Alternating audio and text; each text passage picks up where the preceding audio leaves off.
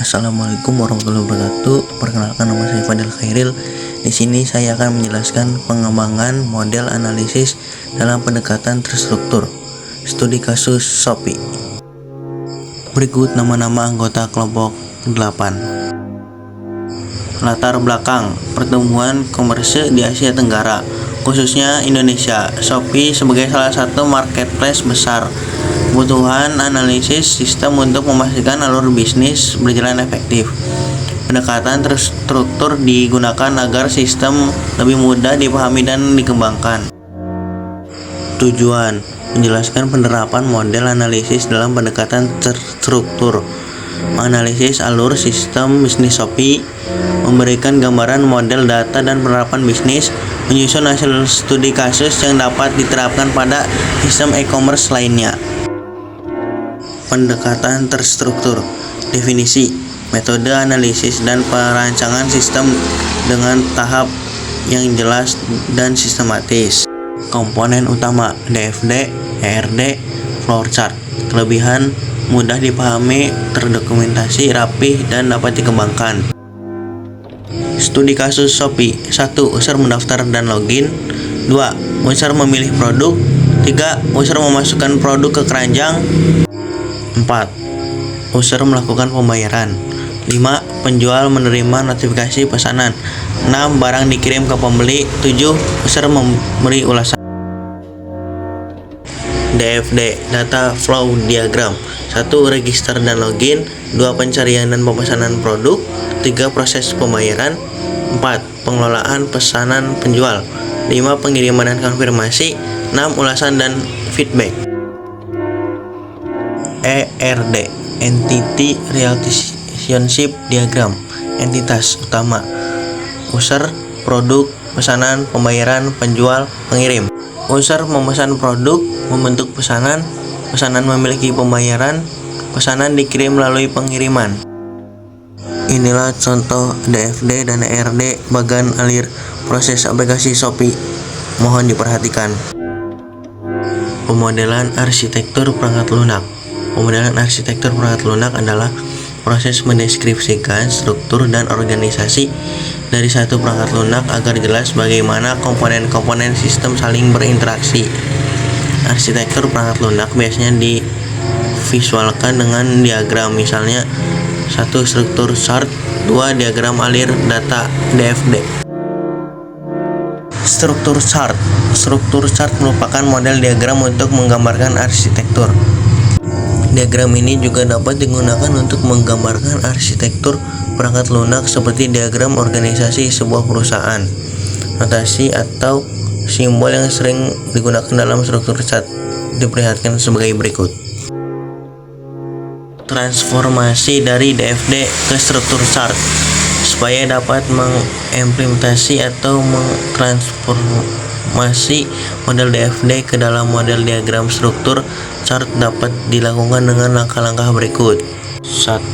Mengubah diagram konteks menjadi modul utama. 2. Mengubah DFD level 1 menjadi modul-modul yang dipanggil oleh modul utama. Jika pemanggilan modul untuk proses pada DFD level 1 membutuhkan data atau event tertentu, tambahkan sebuah modul untuk membaca data atau event tersebut. Mengubah DFD level 2, 3, 4, dan seterusnya menjadi modul-modul lainnya sesuai dengan fungsinya dengan pendekatan transform analisis dan atau transaction analysis. Rekayasa pemodelan sistem berorientasi objek adalah pendekatan dalam pengembangan perangkat lunak yang memodelkan sistem berdasarkan objek.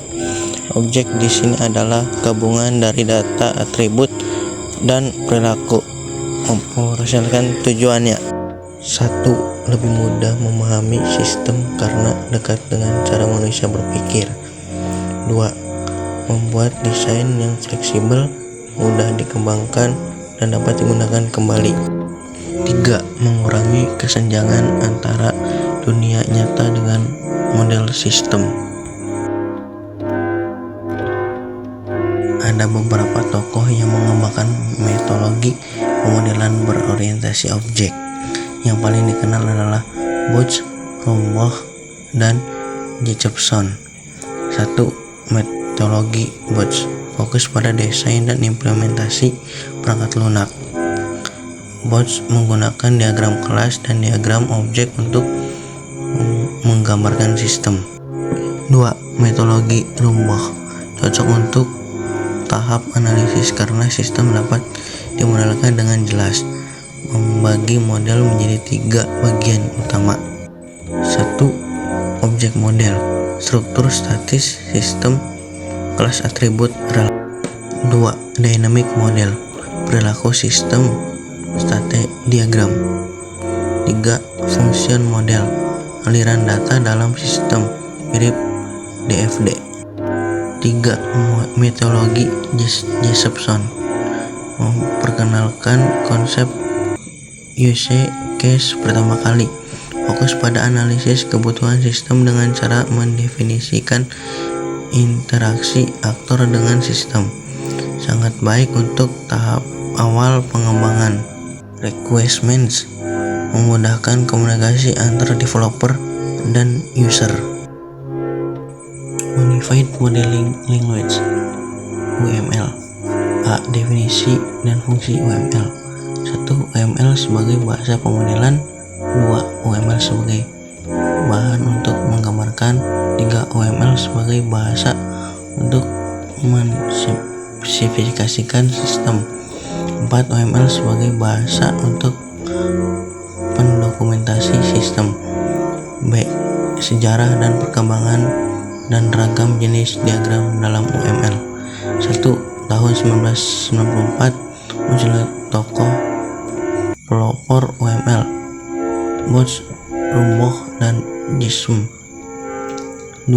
Tahun 1995 diluncurkan draft pertama UML versi 0.8. 3. 1996 pengorientasian model oleh Object Management Group (OMG).